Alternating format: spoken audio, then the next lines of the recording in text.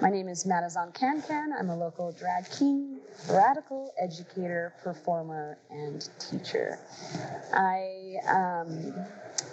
My story begins a lot in denial, but over time I grew to understand exactly what it was that I was doing and didn't recognize what I was doing.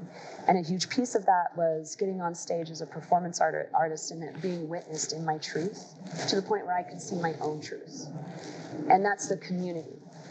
But even in the community that I'm in, people like me aren't as out, aren't as loud, aren't as present, aren't as represented. So there's a huge piece of the queer community that I hope to represent and to bring into the light in ways like this, but also in producing shows and advocating for transmasculine identities all across the board. And that doesn't just mean in a hyper-accentuated performative way like this, but also just at work, particularly in the education system, because that's where my heart really lies.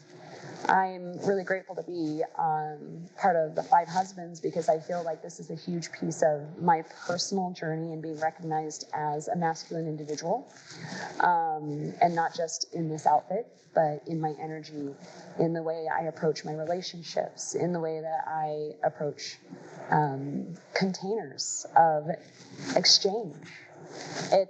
Masculinity is way more than the body you inhabit. It's the mind, it's the heart as well. And I feel like so many bodies inhabit both. We just can lean one way or the other depending on what's most comfortable. I hope that in representing transmasculine identities, I can bring forth the capacity for conversations regarding transhumans and the importance of being seen and heard and respected, and particularly for the education system.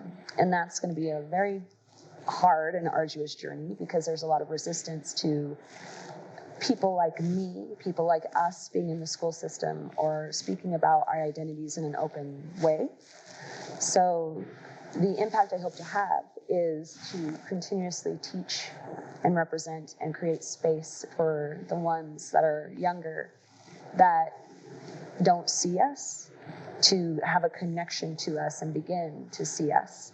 Because I was born in the 90s in the shadow of the AIDS epidemic, and we didn't have elders. We couldn't find them. It was something you have to work for.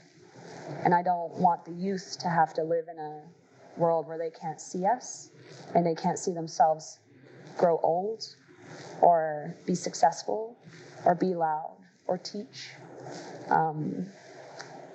That's the impact I hope I have.